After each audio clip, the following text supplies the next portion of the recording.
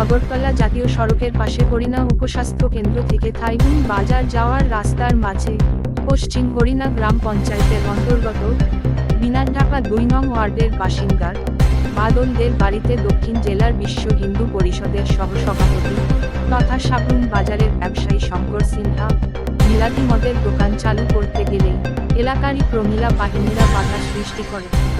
এলাকা সূত্রে জানা গিয়েছে, গতকাল গভীর রাতে সাবরুমের ব্যবসায়ী তথা দক্ষিণ জেলার বিশ্ব হিন্দু পরিষদের নেতা শঙ্কর সিনহা বাদলদের বাড়িতে বিলাতি মদ মজুত করে।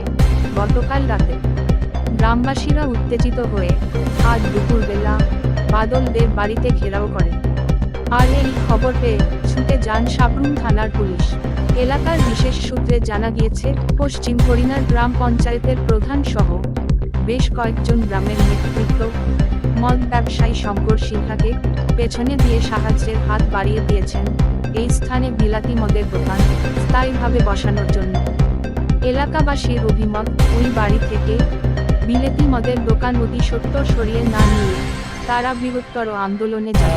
একটু আগে আমাকে পিএস থেকে ইনফর্ম করা হয় সাবরুম হরিণা এবং থাইপুং রাস্তার মুখে নতুন একটা কাউন্টার নাকি পারমিশন পাইছে এখানে। তো এলাকাবাসীর অভিযোগ যে এখানে কাউন্টার যাতে দেওয়া না হয়, তাতে এলাকার পরিবেশ একটা নষ্ট হতে পারে। তো তার জন্য কিছু লোক এখানে একত্রিত হয়েছে। হওয়ার পর আমি খবর পাইছি এবং এখানে এসে এলাকাবাসীর সাথে কথা বলে দেখেছি যে আসলে এলাকাটা একটু গণবসতি। তো তাদেরকে এলাকাবাসীকে আমি অনুরোধ করেছি যাতে তারা এই বিষয়টা নিয়ে জিএমের সাথে কথা বলে এটা সমাধান করার চেষ্টা করে।